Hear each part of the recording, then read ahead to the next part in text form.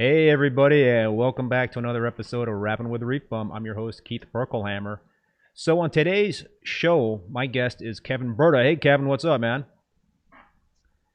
Hey, how's it going? Kevin is one of the owners of Top Shelf Aquatics and also runs their coral farm. And I am really psyched to have Kevin on, and we're going to kind of dig in terms of how they kind of like what's behind the magic there in terms of keeping corals. It's not really magic though, right, Kevin? It's a lot of thought put into it and what have you. But we're going to kind of dig into their reef keeping philosophies and what they use in terms of equipment and their beliefs and I also I see a whole bunch of folks, familiar faces or viewers. I shouldn't say faces. I know some of the faces out there. I don't know a lot of them, but I know the screen names here. So Macy's daddy, Great Bearded Reef can't join us, but he says to make sure to smash that like button so more people can find us on the live show. Greg Carroll is in the house.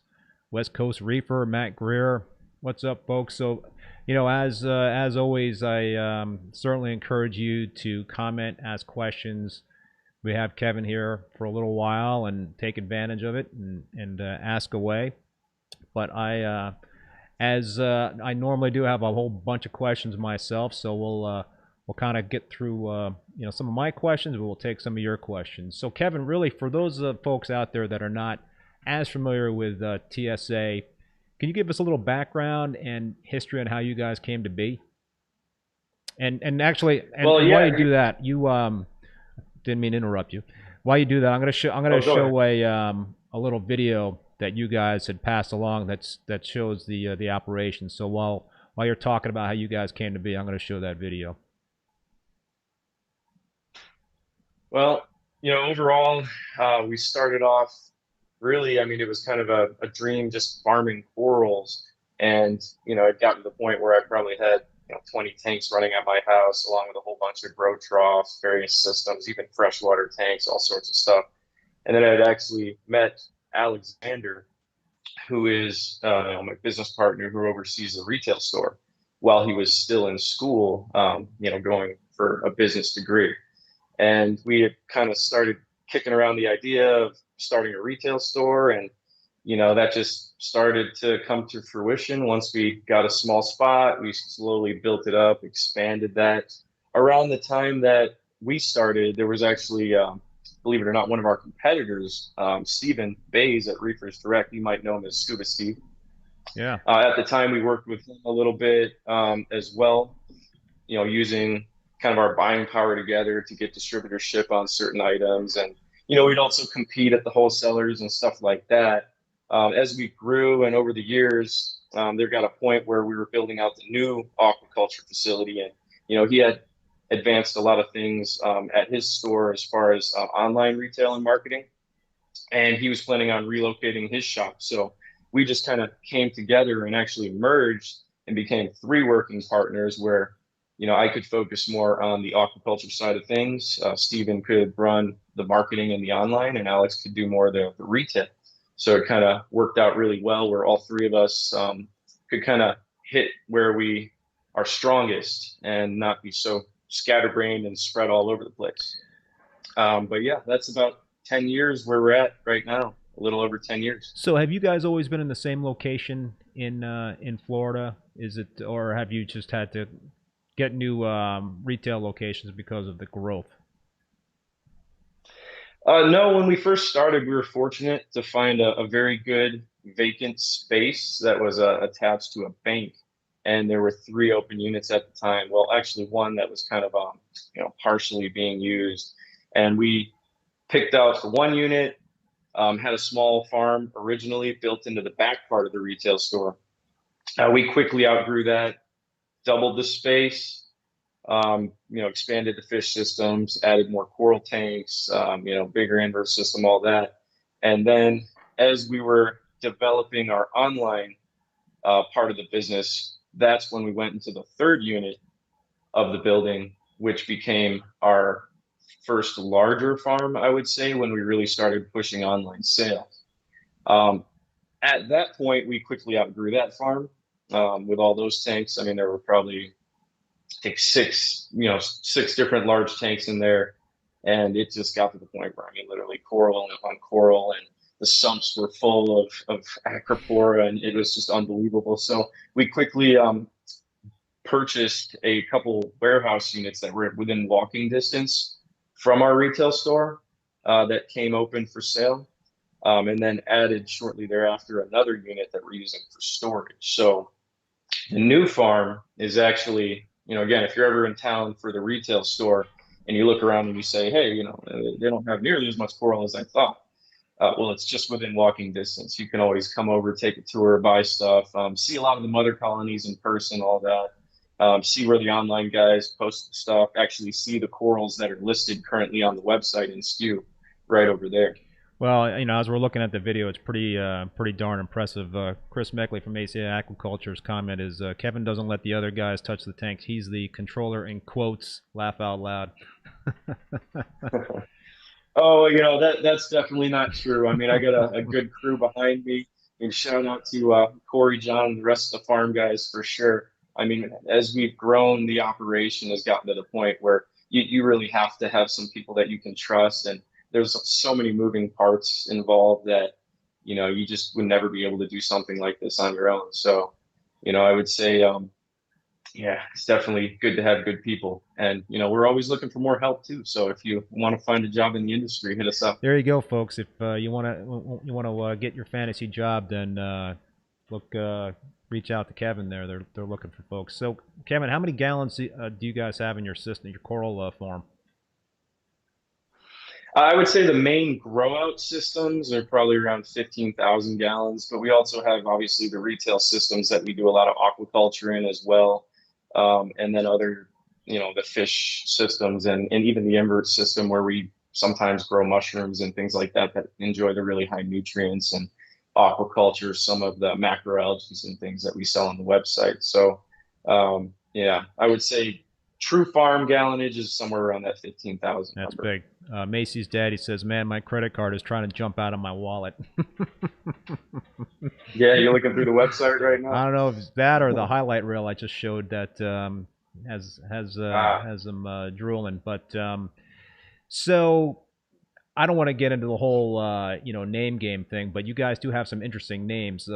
TSA Bill Murray, the TSA Dan Aykroyd. Who's the Saturday Night Live fan at Top Shelf? Well, when it comes to the names, I mean, we try to keep it kind of light overall. We've always, I mean, I personally am a huge Bill Murray fan. I mean, especially the movie Life Aquatic. I have a big, 60 by 40 picture in my office of him.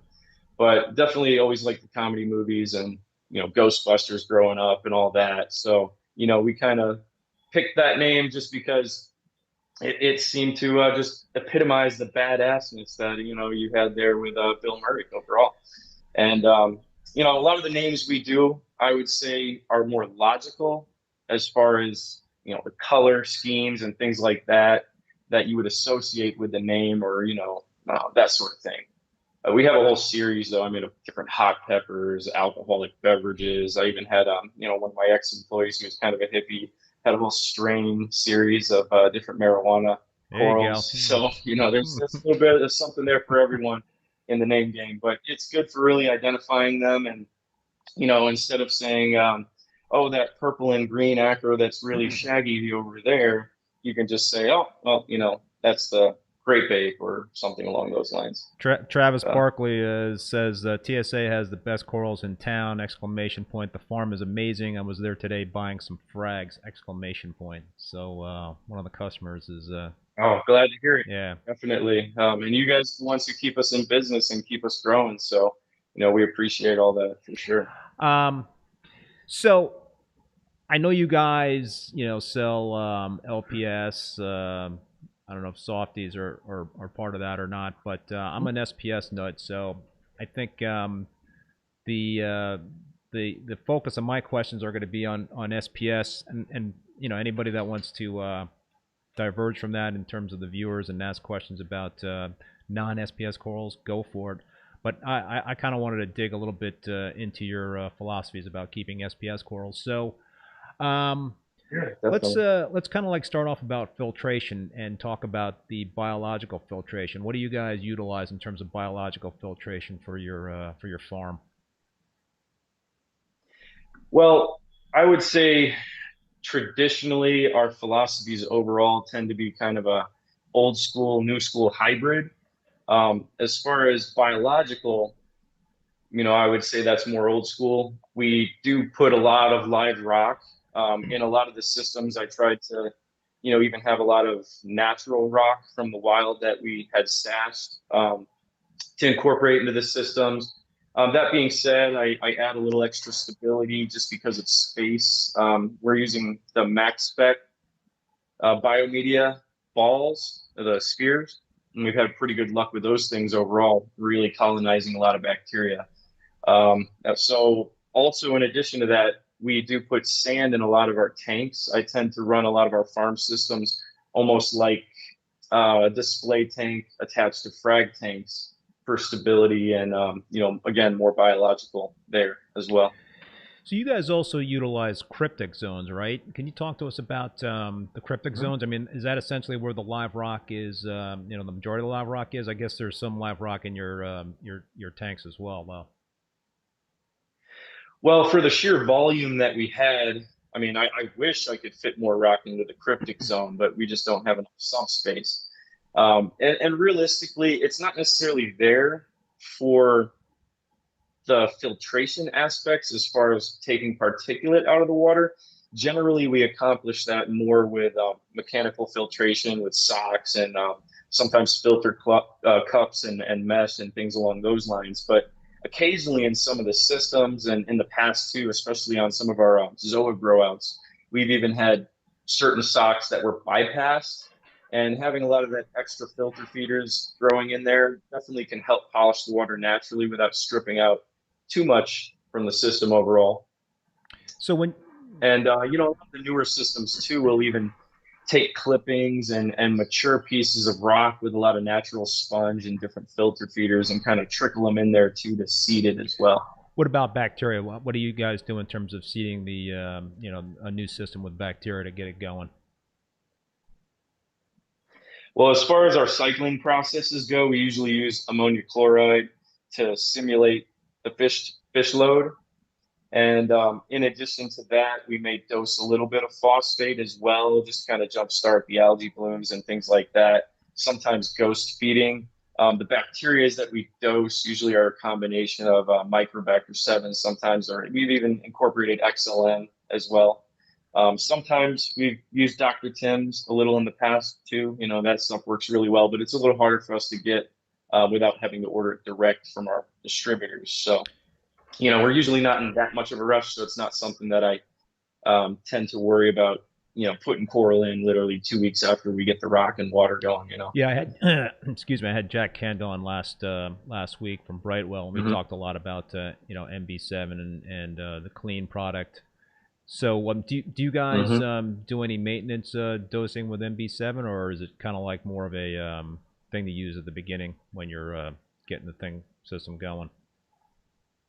Typically, we would just use it at the beginning. We don't really find the need to dose a lot of bacteria overall. Sometimes in maintenance accounts or if there's tanks that are popping up with, different cyanobacterias or some sort of algae, extra bacterial dosing would be something we sometimes incorporate, either Microbacter 7 or if we're combating something like dinoflagellates, especially too, we would incorporate extra bacteria dosages, sometimes remediation from CChem to dinos specifically. We've had a lot of luck with WYSIWYG Hmm, gel from Dr. Tim. interesting. Have you guys also utilized UV, depending on, I guess, what kind of dinos you're battling? Yeah, Ostreopsis is definitely the one that has been most prevalent, and I know you're probably gonna chime in on being more sterile with a lot of the dry rock, but I would say it puts us at risk for a lot of that. Like when I first got in the hobby, I hadn't had to deal with dinos hardly ever for probably the first 7, 8 years that I was in it. And then, definitely more prevalent in recent years, but the UV is a game changer for us, especially with Ostreopsis. But the biggest thing I would say, it's having enough wattage and enough turnover to truly be impactful. Or from a hobbyist standpoint, sometimes even just having a temporary one that you can drop a pump in the display tank and pump the water straight through the UV and then right back in, we'll get a little bit more direct effect on the actual reproduction of that strain. Yeah, I've had two battles with dinos. One time, for my 187 gallon tank, it was 4 or 5 years ago, and I didn't have a microscope then. I didn't put them under the scope, and I was pretty much throwing everything at them but the kitchen sink. But I did not use UV, and I ended up just rebooting the Mm-hmm. tank because the corals had just like been beaten up, because of all the blackouts, hydrogen peroxide I've been using. It was just like one thing after another, and they got beat up pretty good. And but that tank turned around because I ended up rebooting with live rock instead of dry rock, which is what I started that tank with. And then my new Peninsula tank, which I did start with live rock, that I got from KP Aquatics. I ended up after the 7th month mark getting dinos, but this time I did ID them, and they were the Ostreopsis strain. Mm-hmm. So I got a UV sterilizer, and just a matter of days after I manually removed as many as possible, the dinos were gone. And knock on wood, 3 months has passed since. I've kept the UV going, and in fact, I've kind of changed my whole mind about having UV on my systems. Not only am I, did I keep the UV going on that new system, but I put a UV on my established system, and I just think there's just so many benefits to having the UV. One is like it's a great preventative measure for dinos, Mm-hmm. and two, there's some fish parasites that it will kill. It could also help potentially with some problematic algae, but I my understanding and the reason why I flipped around is that most beneficial bacteria are colonizing the rocks and the sand and other surfaces in the tank and are not free floating. So it's not going to do too much harm. You guys use UV as well, right? On a constant basis? Yeah, I'm kind of in the same realm as you as far as philosophically. When I came up in the hobby, you were always told, you don't want to over sterilize the water. It's going to take out too much of the good stuff and not as much of the bad stuff. So I didn't really use it for years and years. Then we slowly incorporated smaller units. Um, Even in the first wave of farm tanks, when we started popping up with dinos initially when we were cycling and they were really brand new and raw, because obviously for us, everything had to be sterilized for the farm systems because of our strict quarantine process. So, we actually had to kind of replumb them in a way that would allow significantly higher turnover rate, and that made a big difference. And a lot of them, we actually added a second UV. So now most of the systems, we're usually just running one, and we'll kind of dial the flow rate accordingly to what we're targeting. And then the second one almost acts as like an emergency boost Hmm. if we do see something pop up that we're really trying to hammer out, like Ostreopsis or Dino or any other strain specifically. Yeah, no, I think there's just I haven't seen any side effects, bad side effects, by using UV on a constant basis. So I'm definitely digging it. Um, what about activated carbon? You guys use activated carbon on your systems? Yeah, we definitely do. It's more of an intermittent use. We cycle that through and refresh the reactors usually about once a month or so. Carbon actually was one of the things that we used as a strong multi-prong attack when we were trying to target the dinos Hmm. too. After an in-depth conversation I had with Dr. Tim about that, he said a lot of them really feed on the organics in the water. So that's where we were really using, the waste away gel, the UV, and heavy reactors full of carbon. That being said, the carbon, it's not, being changed and refreshed constantly. It's usually exhausting after about a week period, but it's just to kind of refresh the water and just be a general absorbent in the system. and help with One more clarity. question for you about UV and dinos. I think there's some folks that believe that, or there's anecdotal evidence that, if you have a dino outbreak, that you should have that the input and the output of the UV actually in the display tank with the outbreak and not in the sump. Do you buy into that or? Yeah, that's what I was trying to explain. Maybe I didn't word it right, but yeah, that can allow a little bit more contact specifically with the dino and when it's reproducing. So that is the best way to do it. It's a heck of an eyesore, but if you're looking for quick results, you will get them slightly faster that way. That being said, for our farm systems, that's not as practical because there's multiple tanks and multiple sumps even that we keep lights on with coral down there too. So that's the main reason why we just upscaled the UV and added second Hmm. units on there as well and have dedicated pumps feeding them rather than being teed off on a manifold. Yeah, I mean, I put mine in my sump, when I had that outbreak because, like you said, it's a definitely an eyesore, and so it Hmm. worked in the sump, but I was certainly prepared to put it on the display Hmm. if I needed to, but Oh yeah, you got to do what you got to yeah, do. exactly. But sure beats blackouts and all the stressful other treatments of Dino X and things like that that you could throw at it, which are hit or Yeah, miss depending on the yeah. strain for So you sure. guys don't do blackouts when you encounter dinos? We had in the past and had mixed results, but it seemed like for Ostreopsis specifically, that just wasn't enough to Yeah. keep it from slowly coming back. At one point we had blacked it out, I think 3 times, and we just had coincided that with Dino X and a handful of other things. And that's around the time that this was on one farm system that we were just having a lot of issues on initially. But that's when I reached out to Dr. Tim and chatted about a few different methods, and that's when we also started ramping up the UV as well. Added a second unit to that system. Travis Barkley gave us a little super chat. Thank you, Travis. Appreciate all the content, great information. Keep up the good work. Thank you, thank you. Um, so, Kevin, you mentioned that you guys have some sand in your systems. If you were setting up a new, you guys do installs for folks to set up systems Yeah. and whatnot. If somebody came to you and said, "I want to start an SPS dominant tank," and so I guess question number one is, would it be would you guys start that with dry rock? And then question number two is, would it be, would it have sand or no sand? Well, I mean, realistically, most of your options these days are dry rock, and we've had very good luck on our installations using it. You just have to go through the proper processes. Um, as far as sand goes, I've always been a big fan. Specifically, I just like the look. It just looks more natural to me. It doesn't restrict you as much as far as what fish you can keep in there as well.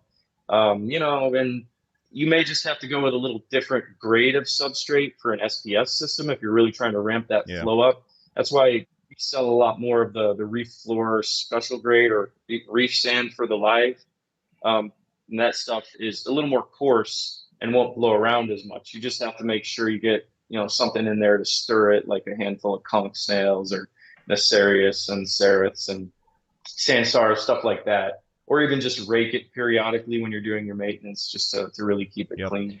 So, in terms of dry rock, you personally are an artist because you guys create. Well, I guess it's primarily you. You're creating, I guess what Bulk Resupply coined as NSA aquascapes. I'm going to start showing some of these aquascapes that you guys have created for customers and actually ship across the whole United States. You want to talk about these aquascapes? They're pretty impressive looking. Yeah, I mean, I would say aquascaping was just something that I got into. I mean, like everyone probably for their first tank, you were just so excited to get it going. You just threw all your rocks in a giant pile. And then, you soon realize that that's not really the best way to run it. You tend to get a lot more waste buildup and nutrient buildup. And when you're leaning it on the back wall, it just doesn't allow for nearly as much flow overall in the system. So, I started buying the Marco kits a long time ago with the concrete mortar and building the structures. And ever since I did the first one, it just wasn't really an option to go back. to me, it was just such a better way of doing it where you could keep most of the rock off the sand bed. So a lot of times the systems run, as far as cleanliness, more like a bare bottom tank by minimizing all that rock contacting the sand, getting flow through it. And like I said, not really having to have it lean on anything. And just going a little more minimal overall, too, really makes a big difference there. But just over the years, I've moved on from using a lot of the natural Haitian rock. I've done Carib Sea structures and now mostly specialize in the Marco rock structures with a lot of the shelving style, more bonsai inspired, I would say. Also a handful of arch style too, if that's your thing. But yeah, we do offer those services and ship them out too. It's just kind of a thing I do to de-stress after work sometimes, or if I'm in the garage. I know it sounds crazy, but yeah, it's just fun for No, me. they're really awesome looking stuff. So a couple of questions for you about that. How long does it take you to do one of those aquascapes? Let's say you're doing one for a 120-gallon tank or something like that. Is that like a week's worth of extracurricular time on your hands there, or is that how many man hours, I guess, do you put into that sort of thing? It really depends on the structure and what the customer wants. I mean, when I deal with people, I always, look at it from a perspective of I'm trying to build something for you and your dream tank. So, I talk to them about what coral they're going to keep, what kind of flow, so we can really plan spacing. If it's a peninsula tank, obviously it's going to take more time because you have to consider it being multi-sided and looking good from all angles. So really, it just comes down to the size and time and difficulty that someone's looking for. But usually I can churn them out at this point in a week or two. Um, I've gotten pretty quick with it just from experience. I mean, really, it used to be something that sometimes I would work on a large structure for 2 months, Wow. but now definitely using some of the different methods and techniques I've developed, I can streamline that process significantly. So So how do you guys ship something like that? Do you just essentially kind of take large chunks and take it apart and ship it that way, or do you try to like ship it whole and just pack 10,000 styrofoam peanuts in the thing? I mean, how do you guys ship that sort of thing?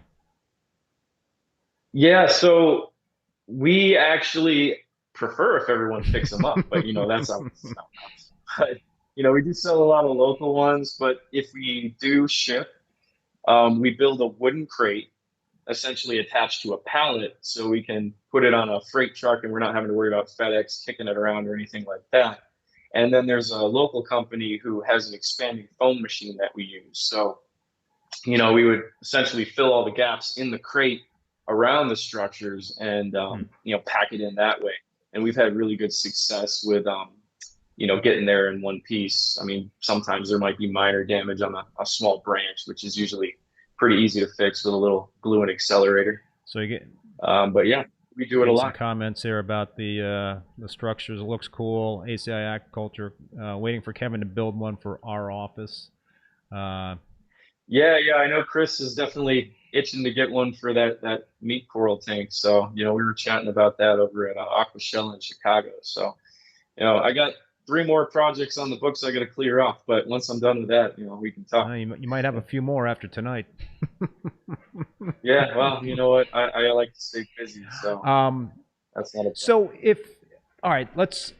I actually reached out to you guys last year about this, and because I was tinkering with the idea of getting one of these for my peninsula tank, but then I'm such an old school guy. I was like, if I can get live rock, I'm gonna get the live rock. So that's the route I went. But it was tempting, to think about that because Mhm. it's just so neat. But how do you guys set up? So there's not, if you're doing like a minimalistic aquascape, there's not a lot of rock in there. There's not a lot of places for the bacteria to colonize. What do you guys do in terms of, if you're doing installs or recommending, how somebody can build a bacteria bed? Are you just using recommend a lot of biomedia in the sump, or are you, recommending cryptic zones with a lot of live rock in those cryptic zones, dosing bacteria on a continual basis? How do you support life in a tank like that that doesn't have a lot of surface area inside for the bacteria to colonize? Well, you kind of hit the nail on the I head answered my own with the question. Is that what I? multitude of things that you mentioned. Yeah, I mean, it really depends on how minimal the aquascape is, how heavy of a fish load the customer is anticipating doing, if they have live sand or not. And I think overall, as the hobby's evolved, we've realized that you don't need as much rock as you used to think you did a lot of times to keep things stable. But we do put biomedia a lot of times in the sump, either the Maxspect or some of the CChem different varieties that we offer in the retail store. And then obviously cycling the tanks and maturing the rock with usually what we recommend, the ammonia and different bacterias. And a lot of times customers will even request chips of mature live rock to kind of scatter along the substrate and on their rocks to seed it and, add a lot of that beneficial life in addition to adding different strains of copepods and things like that as well. And I mean, heck, if you have a big system and you have room for a cryptic fuse, I mean, all the better. A lot of the new Red Sea tanks even have, multiple refugium options. So for our new display, I was thinking about using the split front zone in front of the protein skimmer on the Reefer XL 1000 as a cryptic fuse, and then the larger one as a standard refugium. Interesting. So Insane Reefer, thank you so much for the super chat. The question is, just got frags from TSA, tested your water, and it's at 9.4. My water is at 8.3. I'm assuming that's alkalinity. How much time recommended for that 1 point swing, acclimation wise? I mean, really, if you're going down, but I'd be surprised if it was at 9.4, or you might be using a different test kit than us. I mean, our systems, never really get above 9 based on the Saliford test that we do. But either way, I mean, minor alkalinity swings going down aren't really a concern. It's usually if you're spiking up significantly that you have to worry about stress on stuff. So, I mean, if you're, following more of the Red Sea method of keeping your alkalinity really, really high, at that point, you may have a little bit more of a risk factor. So you guys are not using any automated alkalinity monitors at this point in time? You're just good old-fashioned Saliford test kit? Well, I mean, I'm not going to lie. Obviously, the dream is to, just put it into a robot and have it do all the work for us. But I don't think we're quite there yet. We installed some Tridents, and I just think for our systems with the demand that we're pumping in, because like you stated, I mean, a lot of our systems are mostly SPS dominant, and the amount of massive colonies, it just wasn't really accurate enough to where we could trust it 100%. Now, we are actually experimenting with a Mastertronic recently, and so far the results have been very, very good on that. With alkalinity, you can actually pick a lot of the different test kits that you're using on that, which is a nice feature as well. And the Alk's been spot on for a month. It's just really long-term. We'll have to see how well it holds up and how consistent it is to what we're doing. But I think at the end of the day, we'll never fully trust that. A lot of times you automate too much, you get a little complacent, and when something doesn't work, then you can have your tank go south real quick. And for us, I mean, if we didn't have a doser running for even overnight, you could drop 2 Alk points with the consumption rates that we have. Yeah, Chris says, I told you he was the controller, laughing with tears coming out there. So yeah, I'm assuming that you guys would not be would not allow a Mastertronic or the Trident to actually do the controlling, just to act as a monitor. Eventually, we probably would, but we would just have to back that up with coding restrictions, so there would be no way to, have significant swings or adjustments to be automated. And then we would also have to probably, it would reduce the amount that we have to test. I mean, you'd be surprised. Right now, we're doing full spot checks twice a week on all the systems. And then every day, even twice a day, we're actually testing alkalinity on a lot of the high demand systems, just to keep things on point, and pretty much water testing every day for spot checks when things are a little out of range. So, anything we can do to reduce labor, we're open to. So if it proves that it can be trusted long-term, I'm totally on board for letting go a little bit of that and kicking those things online to dose. But I just need to see it in action. Yeah, I hear you. So, folks, just want to remind you to hit that like button, smash that like button, so we can get more folks out there tuning into the to the stream, and I also encourage you to ask away in terms of the questions for Kevin in the chat. So, Kevin, what are you guys doing right now for calcium and alkalinity supplementation? Are you using two-part, or is it a calcium reactor? So currently, we are actually getting the majority of the dosing done through Kalk reactors, and then we dose Red Sea 3-part in addition to them. Now, the big system, the biggest SPS system that we just set up, we're looking to blend in a calcium reactor, mostly just to reduce some of our costs. But we definitely are still going to incorporate the Kalk reactors as well, just because of the benefits on pH boosting overall and the stability we've been able to achieve with that. And it's definitely a little cheaper than the 3-part dosing too.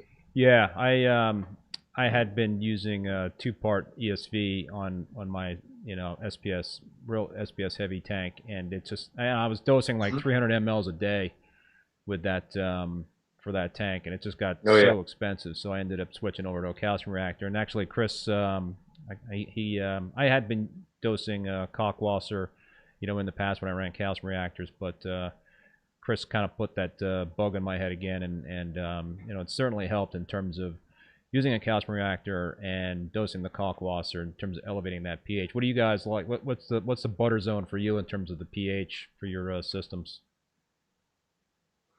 Well, I mean, ideally, if we could keep it around, 8.4 consistently. I mean, I would say our swing, depending on the system, anywhere from 8.2 to 8.5 in that zone. Most of them we try to keep pretty stable, 8.3 to 8.5 throughout the day. Obviously perfection would be ideal, but we're dosing so much and there's a lot of variables as far as stacking the Kalkwasser more at night intervals and dosing the alkalinity more during the day intervals, so we can balance the swings of the pH and the alkalinity to keep both of them pretty flatlined. So just being there's so much demand, it's hard to keep it perfect. We do also work on reverse light cycles with the refugiums, and then even some of our sump aquariums, we run on reverse light cycles too to help level things off even a little bit more. So we got Jake Adams in the house, says real reef talk right here. Oh, it's great to see you, Jake.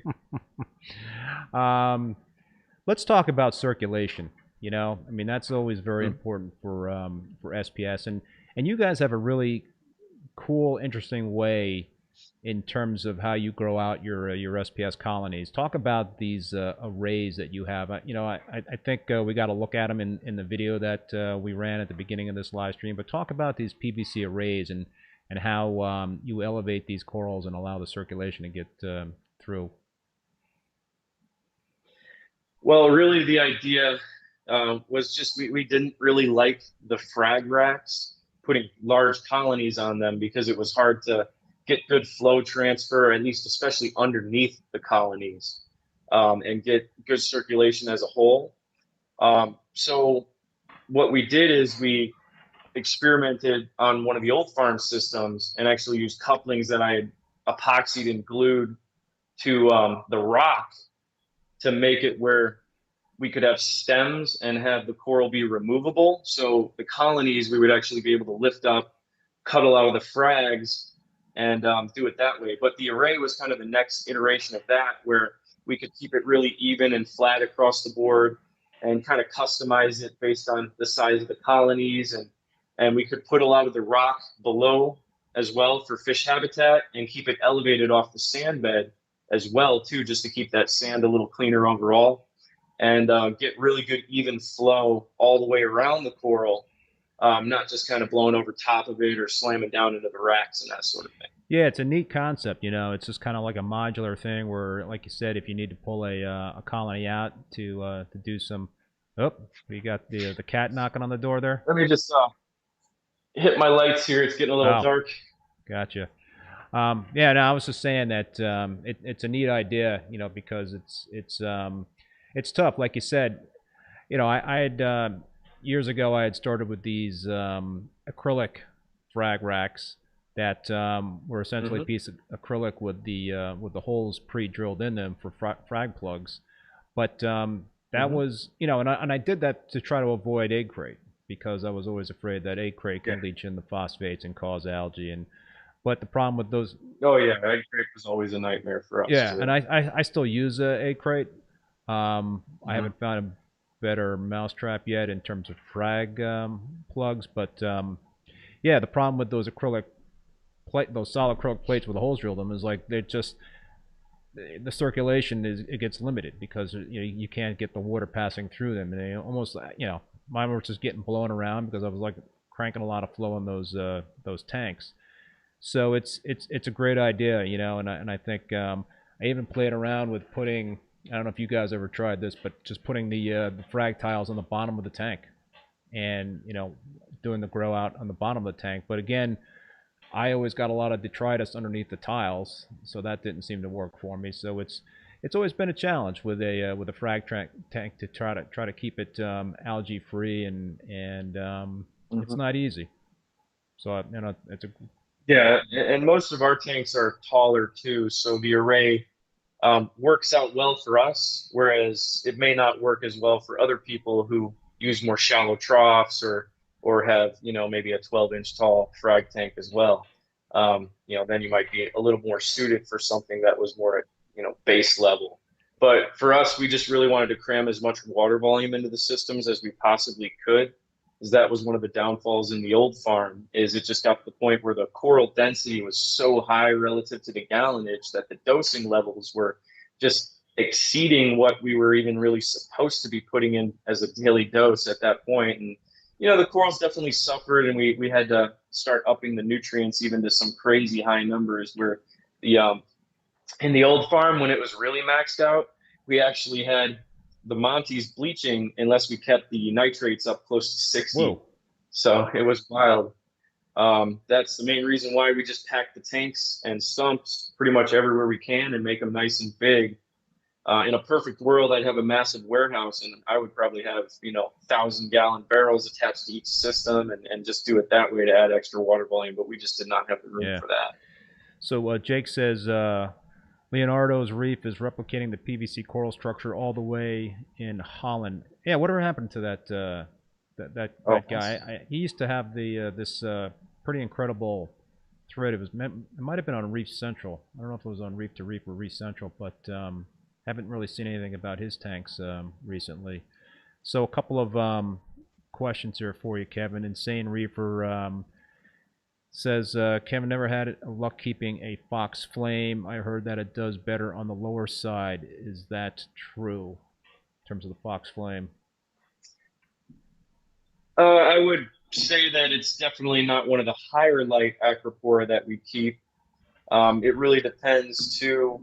You know, I would say a little higher nutrients sometimes for that type of coral, and we keep it more on the outskirts of our grow out tanks just so it's not getting slammed with the direct light right in the middle. And we tend to get really good color and growth in those areas. You know, par wise, if you're running a real heavy blue spectrum overall, you know, you could target maybe around 350 micromole. That works for us if you're keeping, you know, a decent detectable nutrient level. But you always got to be a little careful too. Again, if you're bottoming out certain cores like that, you can have more issues Yep. with. So Greg Carroll is wondering about lighting in terms of what you guys use. That was on my list of questions to ask, but why don't we get into that now, Kevin? In terms of lighting, what do you guys light your farms with in terms of the you know just in terms of the SPS? So we do run a little bit of variety and hybrid lighting in some of the systems. You know, a lot of the newer ones are pretty much strictly radions, and we've had great success with those lights. But a lot of the heavy SPS dominant tanks, we incorporate metal halide lights using 400-watt radiums for the daylight period, and then tend to kind of tie in light daylight and the rest of the blue cycles and the heavy UV and deep blues from the radions in those zones too. We also have a few tanks that we're running more of T5 dominant with Orfec bar blue light supplements too. Just really overall, we're just trying to see which ones get the best results and see if certain corals color up better under different lighting and, you know, optimize wherever we can. but we've been pretty happy with a lot of the different results we've been getting in most systems. So I would say for the average hobbyist, I'd be happy with radions just by themselves at home. But for us personally, any little boost in growth that we're able to get is huge on the scale that we're doing it. So, obviously the metal halides are the closest thing to natural sunlight. So, just getting that incorporated in there and not having any spectral gaps can make a difference What do overall you and blend it in What do you well. guys like in terms of spectrum for the radions?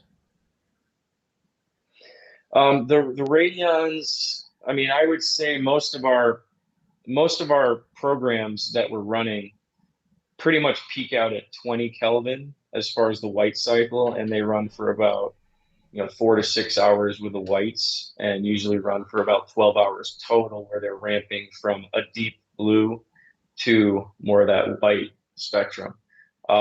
We do tend to strip out some of the other different colors like the reds and the greens, and I tend to go a little lighter on the full spectrum white, just for coloration purposes mostly, and to reduce algae growth, since we do keep the nutrient levels a little higher in a lot of our systems. Yep. What about the so you mentioned you're using T5s and the Orphix. What are your thoughts at this point about that combination? And then a follow-up question in terms of, have you guys thought about some of the other panel lights out there, like the Neptune Sky and the Philips Coral Care? So the Orphec T5 combo, I mean, we definitely were pulling some pretty insane colors in the one system that we were using it on. But that was only about I would say a 3 by 4 foot area. And I mean, in a perfect world, we would have experimented with having different frags of the same coral cut at the same time, and documented growth and coloration over a long period. But honestly, I was trying to build all the new wings of the farm, so we weren't really able to focus as much on that. But I would say it definitely did produce some really, really good coloration on certain pieces. So I was happy with it overall, enough so that we did replicate that light on one of the newer systems, where we have one full tank dedicated to that, so we can get a little bit more information as far as those go. As far as the new lighting, I don't have any experience with the Philips Coral Care or the new lights from Neptune, but we actually have a few of them waiting to go over one of our new display tanks. And we're actually about to hang some in the farm as well. What I want to do is put them on a system with the radions and really kind of contrast and compare the results that we're getting with the same water. So that way we can, see what's going on with that. I like what they're doing as far as having more spread for the average hobbyist, and better color blending. It can be a little difficult for us sometimes because we mount our lights so high up, though. So sometimes punch can be a little difficult to achieve in our systems. So we'll have to see how they pan out in that regard. So I'm looking forward to testing them out. We've also discussed trying to put some of those new Kessel cannons over maybe one of the SPS areas too, just to really, again, compare and contrast the new lighting out there. How important is PAR for you guys in terms of growing out SPS? Is that a big thing that you pay attention to? Do you do a lot in terms of trying to dial that in on your grow out tanks? Yeah, I mean, I'd say we pull out the meter, probably every couple of weeks. It's something that typically we would initially set up and dial it in based on previous success and results for the type of coral we're trying to target. But obviously, once in a while, you'll look at a system and you say, hey, things are looking a little light. And if the nutrients are about the same and we haven't had any swings or any other variables, then we may try to reduce that a little bit, tweak some of the numbers slightly. You got to let the coral kind of speak to you when you make those judgment calls and determinations. So that's where the visual inspections really come into play in the farm. And we try to take time to really look over all the systems every single day, almost every inch, just to make sure that we're not having issues. And, there's just so much stuff in there. It takes a long time. So that's where, the team really comes in handy, being able to help out with all that and give feedback so we can kind of tweak that as we go. Yep. So, again, folks, feel free to ask away in terms of some questions here. Jake is asking about the dry rock versus live rock discussion. Yeah, we did talk about that, Jake. We even showed some of the cool NSA aquascapes that Kevin has created for customers. Some pretty incredible stuff. There is a question about zoas here, Kevin. Any advice on growing out blue hornets or zoas in general? Well, we tend to run the nutrient levels a little bit higher in those tanks and definitely feed a little bit more of the particulate foods for those guys.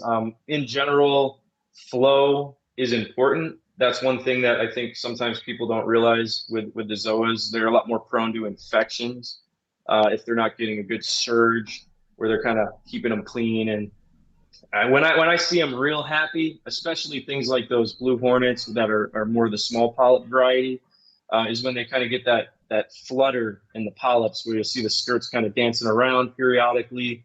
So just really setting up your pumps to get that rolling through, and then getting more of a blue spectrum overall can benefit those too. So we have a question from Macy's Daddy. What do you guys dose other than three-part? Any trace elements, any aminos, coral food, stuff like that? Yeah, coral feeding is definitely a big part of what we do. In addition to the fish feeding, I mean, I don't know if you've seen a lot of the videos with the farm, but we do stock heavily with the fish. So therefore, many of the corals get fed naturally that way, just from the fish food. Right. And the nutrients that they provide. But in addition to that, we'll also do various blends of benefits when our nutrient levels as far as phosphates are kind of where we want them, or sometimes a little higher. And then we'll hit fuel usually about twice a week for aminos. Then we do a blend of different reed mariculture, reef nutrition products as well, mostly phyto, rotifers, oyster feast for the filter feeders. And we'll hit that typically around 3 times a week, but if the phosphates are trending upwards, we'll lay off those foods as well. You just got to let the water tests dictate what you do, and try to feed as much and provide as much nutrition to the coral as you can get away with without negatively affecting that overall. Yeah, so I would say that generally that's what we do. Do you guys do ICP testing, or do you just kind of stick to some basic testing of the water parameters, or do you ever have to kind of like dig a little deeper into something that might need investigating? Yeah, we definitely use ICP. It's something that we're looking to incorporate more going into the next year, so we can really start fine tuning things. I think we had also um, you had asked about what trace elements. In addition to the three-part, we do iron and iodine a little bit extra, but that's been mostly the one that's shown a deficit when we've sent our ICPs out. So we've been conservatively dosing that and trying to get it closer and closer to natural seawater based on those results. But really, it's going to come down to getting those tests out at least monthly for us to feel comfortable enough to really dose a lot more heavily on all those traces. But I think there's a lot of benefits to that, and that's one of the new school things that I do believe in overall. You just got to find one that you can really trust the results, and not overdo it. I tend to aim more towards the low side of the ranges just to make sure those traces are present, and be cautious, because those machines aren't always 100% calibrated correctly too. So you can't just take it as philosophy and just blindly start throwing chemicals in there either. Yep. So you've already kind of alluded to this in terms of the alkalinity, Kevin, but key parameters. What do you guys like in terms of nitrates, phosphates, calcium, magnesium, alkalinity? It does vary a little bit from system to system, but generally speaking, alkalinity usually around 8.3, the calcium around 430, magnesium 1350. Nitrate we usually like to keep around 20 in our systems. Now, phosphates 0.05 to 0.1, sometimes even a little higher for the LPS softy systems. I'll say that cautiously for people, just because for us, we do incorporate a lot of cleaner crew and herbivores in our systems. And because of the amount of coral we're packing in, we've found that we have to keep them at higher levels than sometimes you might need in a reef tank, especially at first. Or else we just have things start to kind of slow down in growth and lose a little bit of coloration. So, But the biggest thing is keeping it detectable you know, overall. Yeah. so Reef to Sea Forever, Reef to Sea Forever made a comment, never enough flow, and I kind of want to talk about that because you're, you know, what we saw in terms of the video, it looks like you have some pretty long, almost like peninsula style tanks, right? I mean, how long are some of those Yeah. tanks? Like 8 foot long or 10 foot? Yeah, the majority of the different tanks are 8 foot, 8x3 and 8x4 for the most part, besides a few 6 footers in there and that sort of So thing. talk to us about flow. You know, what do you guys have going on in flow in terms of those tanks? You know, 8 foot is a long distance to go. You know, my peninsula tank is 6 foot long by 3 foot wide, and I definitely found it a challenge. You know, I tried to like have MP40s and 60s on the end panel of that tank, but it just didn't, you know, seem enough in terms of flow. So what do you guys do? You know, especially with that 8 foot long tank. Well, if you noticed our farm, typically we do have pumps from both sides. So that way we're not relying 100% on it to reach across all the way. I mean, I would dread coming up with the design and flow for a full peninsula where you're trying to keep that front panel completely clear. I mean, that's actually something we've been kicking around ideas for a big display in the shop. So, it makes my brain hurt a little bit thinking about that. But I would say for pumps that can really push distance better, we've used the Seache Voyager pumps. Those ones are very directional. So they tend to get that distance really well and blow under the racks. The Tunzi pumps can work really well for that too. The MP60s on a lot of our SPS tanks, we'll actually run those at more of a constant current, and then we'll have 40s next to them, creating more of the random flow and pulsing just to keep the waves chopping and get a little bit more of that random movement. But by running the 60s at full power and constant current, it allows that wave, even though it's more broad, to accelerate across the tank significantly better. But for the average person too, you're going to have to play around with it a lot, really. And if you have sand, consider all those variables. Longer pulses are going to reach further. So just keep that in Yeah, mind. I tried to like really resist putting you know, MP 4060s and whatnot on the viewing panel and panel of my Peninsula tank, but I ended up doing it, and it, you know, it doesn't look bad. But I have you know, so now in that tank I have let's see, on the end panel I've got two MP40s, two MP60s, then the other side I've got two MP40s, and they're all running in the gyro mode. So, but it's interesting that you say you guys run your MP60s in the 100% constant mode, because I had been thinking about doing that to push more water. Yeah, it definitely helped a lot, especially on the tanks that we had a lot of frags, where it seemed like the middle was getting some detritus settling around the plugs and bases, and we were getting a little algae growing on the various staged out pieces. So after we started really hitting it from both sides, where that flow had a chance to accelerate and kind of slam down into the racks, it really kept it much cleaner overall. So that was a big help for sure. So, Kevin, you mentioned benefits in terms of, you know, nutrient reduction. What else do you guys utilize in terms of keeping your nitrates and phosphates, you know, in check? Do you use GFO at all, or have you you know, incorporated macro?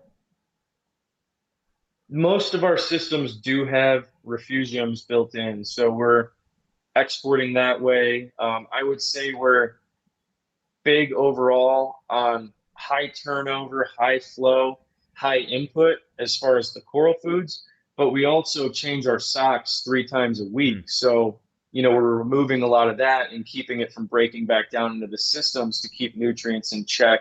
We do use GFO, but we tend to tread softly with that because it is very potent and can drop your levels sometimes almost too fast and stress corals out, especially if they're more accommodated to higher levels. So, you got to be a little careful with it, but it does work really well for that too. Do you guys ever have to dose nitrates and phosphates, you know, and kind of like get the opposite effect where you're, you know, you're dropping down those Yeah. nutrients too much? Do you guys ever dose instead of like just feeding the fish more? Yeah, definitely. I mean, especially if things get a little out of balance, sometimes you have to use those different chemicals to keep things level. There's a few tanks in the farm that even have a little bit of the synthesis nitrate dosing, small amounts on a regular basis, just to keep up the stability. And that usually comes again with just the sheer amount of coral that's packed in. It just consumes so much. You never really realize how much of an impact that makes until you get a really mature reef tank, and then you'll just start seeing everything just eat way faster. Some systems occasionally will have to hit with the phosphate, but that's usually if we've been slacking a little bit as far as coral feeding or maybe the fish feeding, or we weren't hitting seaweeds as often with the fish. And might have skipped a couple of those sessions, but pretty rare on the phosphate What dosing. do you guys like to use in terms of a phosphate test kit? You know, it's tough because phosphates, it's a very, you know, precise, low level in our aquariums, and I find that to be the biggest, you know, challenge in terms of trying to find a reliable test kit for phosphate. What do you guys use? We use the HANA parts per billion test kit. We get very consistent results with that, and overall been much happier than with any of the other options. And you can churn it out pretty fast too, so it works well for us. And I would say just being that we tend to gravitate on a little higher levels overall and more buffer zone, we don't have to worry about it being too strict as far as trying to be in a tight zone like 0.02 or something like that. Or some people who run ultra low nutrient systems. Jake is saying that doses of potassium nitrate to the tanks twice a week to keep levels above 1 part per million. Yeah. So you're doing, like, you guys have just a lot of nitrate in your systems, right? You're talking like 20 ppms, and for the most part. Yeah, 20 in most of the Yeah, that's tanks. nuts. Yep. That's a lot, but Yeah, I know. When I got in the hobby, it was one of those things that was always preached to me is, undetectable, keep it low, keep it, down and bottomed out. And that's one of those things because, I have more, of an engineering mind sometimes. So when I design systems, sometimes I would over design them to where they would run just way too clean. And during some of the early years, that was something I struggled with for the retail systems, especially with a lot of the bare bottom tanks that we were running in the retail store, and having skimmers that were appropriately sized. But for those tanks, it just was too much. Most of our farm is actually significantly undersized when it comes to skimming. And, that's partly, again, because we do have high turnover and we're very strict about our sock changes and things like that, too. So, you don't let a lot of that waste build up and break down in the system as well. But I've had really good luck doing it that way. I mean, I would say a lot of the systems are probably half the size of skimmer than what would typically be recommended. We're running NIOS Quantum 300s on the majority of these tanks. do you guys ever get cyano popping up, Rhyopsis, other types of problematic algae running nutrients at those levels? Well, we're always bringing in stuff, especially in the retail store tanks. So sometimes you'll have new corals come in, and even some of the older systems, if you're slacking on maintenance and whatnot, or just over time, you might have some organic buildup. So yeah, we do have cyano pop up from time to time. Sometimes bryopsis in different systems. We tend to try to treat it more naturally if we can, with various cleaners or dosing bacterias, increasing flow, manual removal, chipping off sections of the rocks. A big thing with bryopsis too is, if you can catch it early enough and replug something before it spreads in the tank, then you'll save yourself a lot of headache having to deal with that. When we have used flux in the past, Yep. fluconazole, with success as well. I would say that's definitely like a last resort if you can't get rid of it. It does work, but you have to, kind of know what you're doing and really monitor the coral, your nutrient levels, and the consumption rates on a lot of the corals too when it comes to alkalinity and calcium, just to make sure that nothing changes too drastically and you don't get caught off guard. Yeah, I personally just try to avoid any type of like bomb in terms of like Mhm. fluconazole or the ChemiClean to help battle cyano. I just think that I know, and I've used that stuff because in certain cases it just gets Yeah, we it have gets to. it gets extreme. But I guess the reason why I agree with you. I think the natural means is the way to go because you just don't know how some of those treatments are going to impact other things in terms of that delicate balance of the tank. You might get rid of the cyano, but it could be an entrance for dinos to make an appearance. It's just Mhm. it's tough to make Yeah. that call. It's just there's a lot of unknown factors, delicate balance these reef Yeah, tanks. I completely agree. I would always say tread softly, and then, if you're still having issues and you can't solve it with the more simplistic methods, then maybe take the next step if it's that much of an issue for you. But, a lot of it comes down to just having the tank set up properly where you're not going to have those things pop up from the get-go and being strict about what you're putting in the tank too. A big part of that is if you're buying a rock or, a coral with substrate attached to it or a plug, really inspecting that and sometimes rebasing it as well before you even put that in your aquarium. Or if you want to take it a step further, running a quarantine tank too, which is always something I would recommend if you have the space for that and the time for that. Yeah, I just set up a quarantine tank earlier this year. What's your process in terms of a quarantine system? What do you guys do at the TSA in terms of when you're bringing in new corals?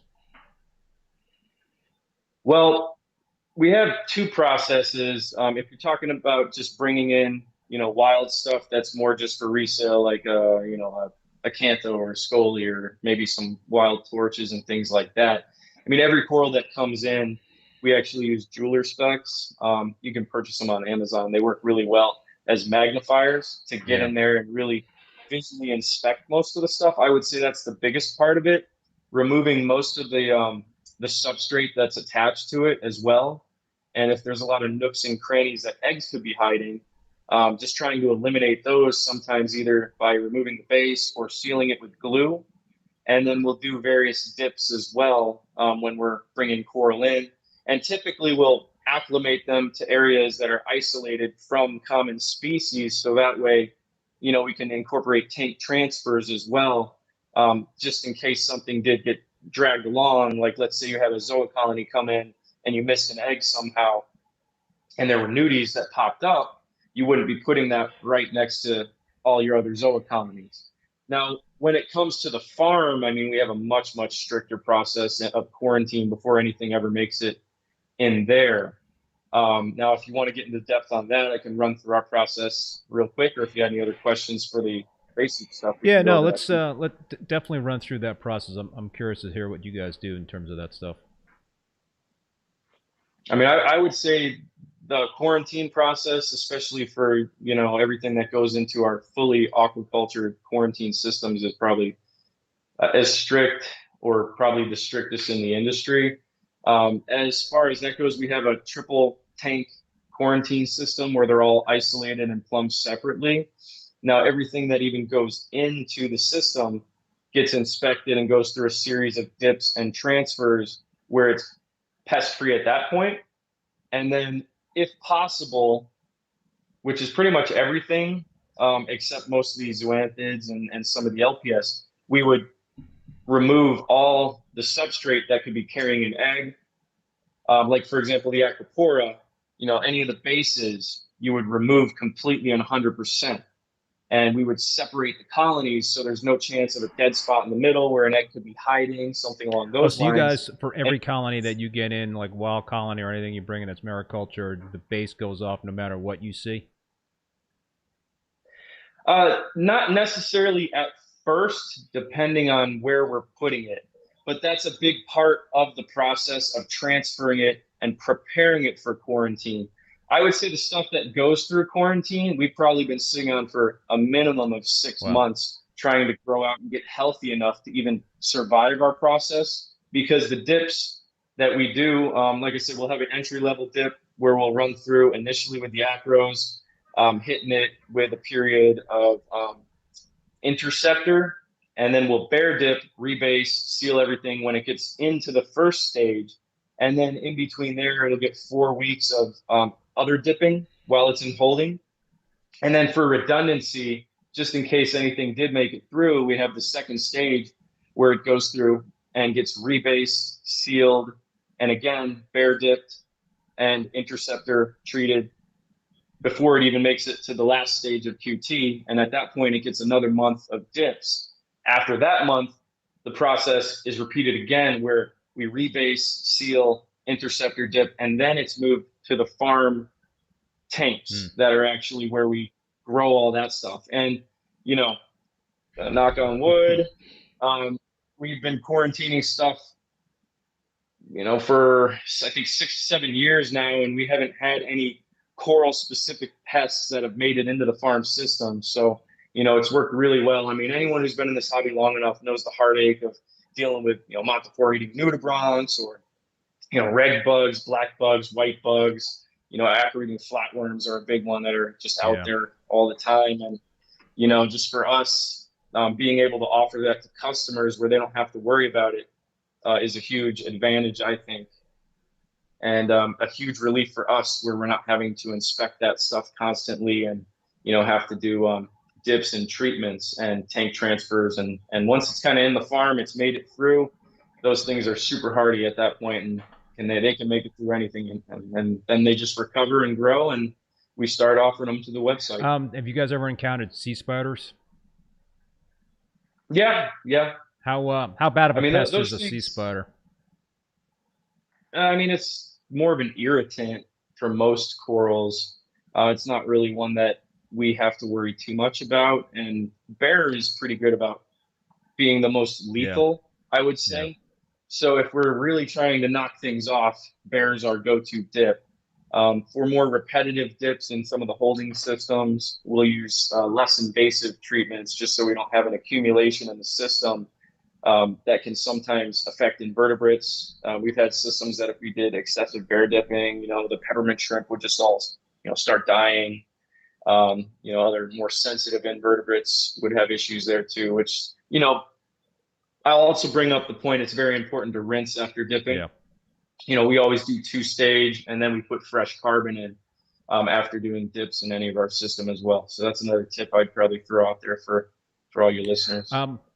What about LPS and red planaria, you know, flatworms? When those, you know, I've seen those come in on like Goniopora, and you know, you can see them on the hammer corals, and I've dipped, you know, those with I think it was Coral RX, and with not a lot of success, you know, especially with like a Goniopora, where the tentacles, you know, retract, and I think they pull in the flatworms, which kind of insulates them from the dips. Have you guys had some sort of formula that works for that kind of pest with that kind of coral?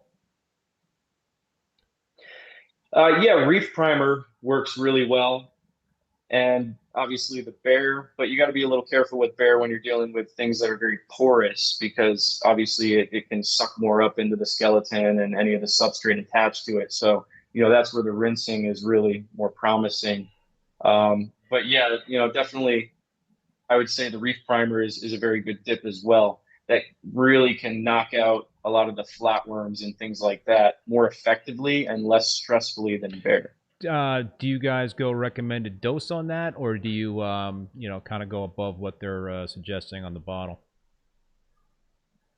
Yeah, we use recommended dosing, unless you're talking about things like mushrooms and zoanthids, and then sometimes we'll, you know, if we're hitting them with RX or another treatment, we may go a lot stronger just to be safe. Since they're such resilient corals, it's usually not much of an issue there. So I got another question, and folks, I'm going to remind you to ask some questions. I think, Kevin, if you could hang in there for like another 15 minutes, that would be awesome. So okay. I got. I'll just have a sip of water and I'll be good to go. So yeah, folks, if you have any more questions, please put them in the chat. I want to talk about SPS polyp extension. You know, I assume that I didn't see a ton of fish in the actual tanks with the Aquapora. I guess you guys have a system set up where you have a lot of fish in the refugiums, right? To kind of tie in that aspect in terms of the having fish in the system. But you know, a lot of folks, including myself, like to keep some angelfish that are not necessarily the best in terms of being compatible with all types of corals. You know, they'll be you know, like I love regal angelfish, and I got one in my new peninsula tank. And every once in a while, it takes a little nip at a frag. But how important is polyp extension in your view in terms of SPS health? You know, essentially at night, you know, SPS extend their polyps to you know, capture food at night. But during the day, how important do you think it is if you know, a hobbyist has a bunch of SPS, but they don't see a lot of great polyp extension during the day, perhaps due to some coral nippers like angelfish? Do you think that's an issue? I mean, a lot of times the angelfish are just nipping at the slimes on the acropora and not really causing any long-term harm, as long as there's enough in there where they're not continually hitting and hitting the same piece over and over to the point where it can really get stressed out and hurt it long term. It shouldn't be that much of a problem. That being said, I'm more of a coral guy where if there's iffy fish, I tend to stray away from them. I always try to just go 100% reef safe if I can, and steer away from the angels, and unless they're, you know, a lot of the swallowtail varieties and things like that that are more planktivores overall. You know, definitely not a man to put an orange spot filefish in my SPS tank either. You know, I actually tried that once, and instantly overnight, all the polyp extension was Oh no. gone, and you know, it was just going crazy on that. But yeah, I mean, polyp extension I do like to see because it is one of the indicators we use for health overall. And I think daytime polyp extension, we've been able to enhance a lot of that just from our feeding habits, sort of training the coral to extend more than they naturally would at nighttime, just because we typically do put the foods in, you know, around 6 o'clock each day, or even earlier if we're not shipping out those days. Yeah, you know, I so I mentioned I have a regal angelfish in the in my peninsula tank, and yeah, you know, recently I noticed some of the frags, the polyps were kind of closed up, and then I did, you know, see that that regal picking here and there, and I was like, oh man. So I actually got out, you know, and tried to you know, fish him out, but I I ended up not doing it because it's such an awesome fish. It's like a Miss Bar regal angelfish. It's like my holy grail, you know, fish to have in a reef tank. So you Mm-hmm. know, I'm just decided I'm gonna just feed the tank some more and try to keep that that little fish a little happier in terms of a little plumper and maybe not as prone to Yeah, pick. you could definitely do that. Those guys are always going to be greedy. I mean, I always loved angels too. When I first was, you know, really starting to get more into SPS, I had an emperor in one of my displays, and I was fortunate to have so many tanks that every time he started to like the taste of a coral, I'd just move it out to a different There you tank. go. But you know, he never messed with the SPS much, so I was fortunate in that regard. But yeah, it's definitely that regal's a beautiful fish. So maybe you just need to throw a foot across bird's nest in there just to distract them from your nice Well, stuff. I've got like You a know? carpet of zoanthids in my other tank. I should just Yeah. probably throw a big chunk of that into the tank with him and just let him go to town on the zoas. Well, yeah. I guess if you don't plan on keeping any nicer ones in there long Nah, term. no, those are Yeah. those. I got so many of these. They're nothing special, but you know.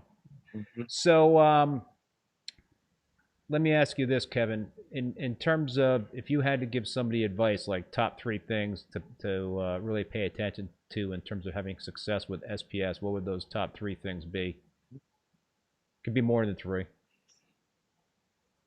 Well, I mean, really, just the initial setup design being done properly. You know, you never really want to skimp on equipment. You know, obviously SPS can be some of the most light demanding coral and flow demanding coral. So those are big things that you want to make sure you're hitting as far as minimums.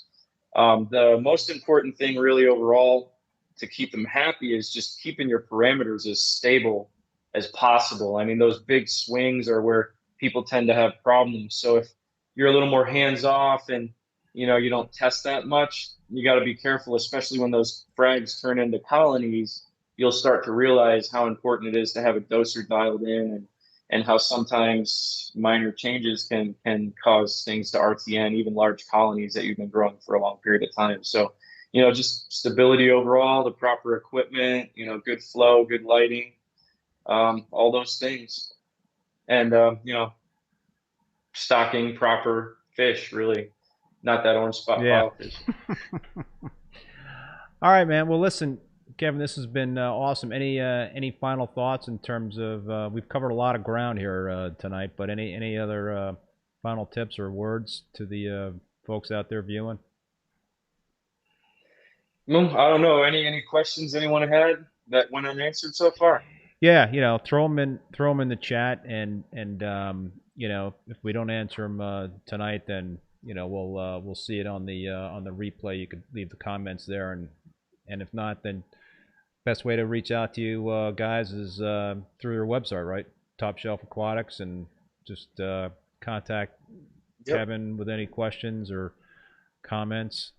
Well, we got one question from Macy's Daddy. Where did their coral ARID come from? Did I pronounce that correctly? ARID. Love the goat buster corals. I have all of them from TSA. Oh, so you're talking about the Ghostbuster pack? Yeah, a lot of the acroporas. Yeah. I guess the question is, where did they come from? Love the yeah. Were those wild colonies you guys brought in? Yeah, I mean, most of the stuff that's signature pieces that we've released, they're all wild colonies, either from import from Indo or Australia. So it really just depends on which types you're talking about overall. But if you're talking about everything that we have in the farm, we still grow other people's stuff too. But all our signature pieces are our own from wild colonies. Question from Insane Reaper. I have 4 MP40s in my 180, thinking about getting 2 more. What are your thoughts? Sounds like it's an SPS dominant tank, I would assume. Mm-hmm. I mean, at the end of the day, you can never really have too much flow if you're setting it up properly. You just have to be really careful that you're not hot spotting certain corals where you're getting too much constant flow, where sometimes you'll see the tissue actually blow right off and get bare and see the polyps retract. So it really depends on how open your tank is. If your colonies and your rock work are a little lower, it'll allow you to get a lot more open flow blowing around, and then you can just maybe tone back those pumps and zone them out a little bit better to get more random flow and more even flow across the board. So I would say go for it. If you need a deal on them too, just hit us up on the website and we can set you up. What's your go-to mode on an MP40 or MP60? It depends on the application, but for a lot of the tanks, if it's just maybe a standalone on a small tank, I like short pulse. If it's on a longer system, like you mentioned earlier, definitely running either a gyre for a long pulse as a standalone, or if it's incorporated with other pumps, blending constant flow with pulsing. If you're running bare bottom, Reef Crest is definitely a good setting too. But I found in a lot of display tanks with sand, those different changes can sometimes end up blowing the sand out in different spots. So it's kind of hard to fine tune that setting sometimes. So you got to really pay attention to that. But that's a good setting as well, just because it's cycled so much through various modes. Yeah, I like that setting. RC Reefer is wondering, what's your choice of amino acids? We use Fuel from Seachem for the most part. I mean, there's a lot of good ones out there, but I would say we've had great results with it, and it's very affordable. And overall, we just kind of stick with what works. So Clyde Macasero is asking, have they ever used witch hazel for RTN, STN, or Melliflix? Witch hazel, no. I mean, we've done different dips with Mellifix. Typically for RTN, it depends. I mean, we'll look at what the source might be. and examine the coral and see if it's either from parameter swings, inspect, make sure that there's no pest issues that might have caused that. Make sure that there's no flow issues or that it didn't get stung. I mean, there's just a lot of variables there, but sometimes we'll do iodine dips occasionally depending on the species of coral, and antibacterial treatments in general. But usually hacking it off and kind of stopping the bleeding at that point by cutting into the healthy tissue is enough to salvage the coral. Do you guys super glue the piece that you just cut off there to try to limit potential RTN, STN going up that piece you just clipped? That's something that we used to do more of, but I've kind of steered away from it long term, just because when you're using the super glue and the accelerator, it gets really hot with the chemical reaction. I feel like sometimes it can stress things even more. So typically, I mean, especially on Acropora, I would say we try to do more clean cuts and make sure that area is getting adequate flow and just really keep our eyes on it overall. So a lot of times when you smear over that healthy tissue, you can cause a little extra stress on the coral as well. The biggest thing I would say is if you're just scraping, a lot of times you may have to dig a little deeper into the coral to really remove it and stop it from continuing on and receding. And sometimes it's safer just to break up the colony into a handful of pieces and hedge your bets that way, rather than continually cutting back and cutting back and cutting back. A lot of times in that case, you end up getting it whittled down to pretty much nothing and you end up losing the whole piece. Whereas if you break into a bunch of small mini colonies, maybe half of them survive, and then you can glue them next to each other, let them merge and form a colony again. Yeah, kind of really get ahead of it in case, right. All right, last question for you. In terms of mounting SPS frags, what do you guys, I'm not talking about on frag plugs, if you're mounting to an aquascape, like a rock, mounting, what do you guys like to use? Super glue, the two-part epoxy, a combination of those, and if so, what brands do you guys use? We use the combination is definitely by far the best method. I mean, I for years tried one or the other, and they had their pros and cons.